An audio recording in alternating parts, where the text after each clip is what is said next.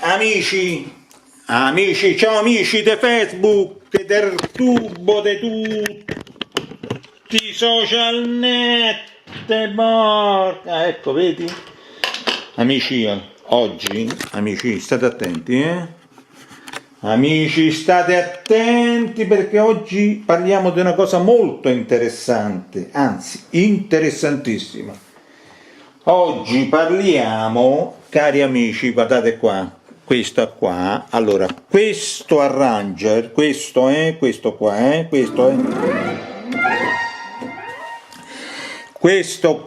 è il PSR, la PSR 9000 Pro, la 9000 Pro, cari amici. Perché vi voglio parlare di questa? Perché questa è quella, adesso amici, forse voi che amate gli arrangeri la conoscete, questa qua è stata la capostipite, diciamo la mamma di tutto quello che è venuto dopo, tipo diciamo le Tyros, la Genos naturalmente, tutte quelle macchine là che sono venute dopo. Questa qua è quella che praticamente ha fatto scuola sulla Yamaha. Questa grande macchina qua, questa qui aveva una tastiera eccezionale, amici. Non sto lì a raccontarvi, c'aveva anche l'after touch, che adesso non le fanno neanche più gli after touch. Ad esempio questa qua, la 900 SX, questa qua, l'after touch non ce l'ha. Invece sia questa qua, la SY sulla 99, guardate, che questa hanno la stessa identica tastiera, con l'after touch. Dopo il tocco, volete sentire? Sentite?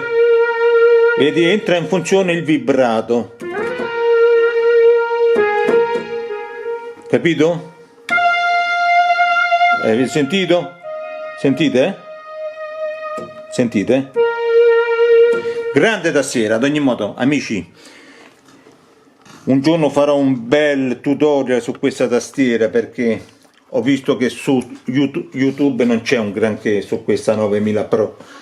C'è qualcuno che fa qualche canzoncina, però spiegarla bene con tutte le funzionalità non c'è nessuno. Ad ogni modo, questa rimane una delle più belle tastiere che ha fatto la Yamaha, amici. Questi anno 2004-2005 credo, sì, più in là, siamo più o meno su 15-16 anni fa, anche di più.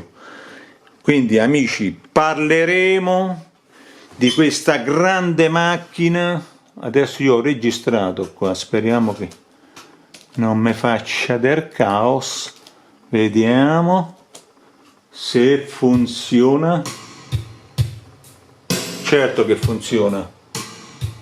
Sentite amici?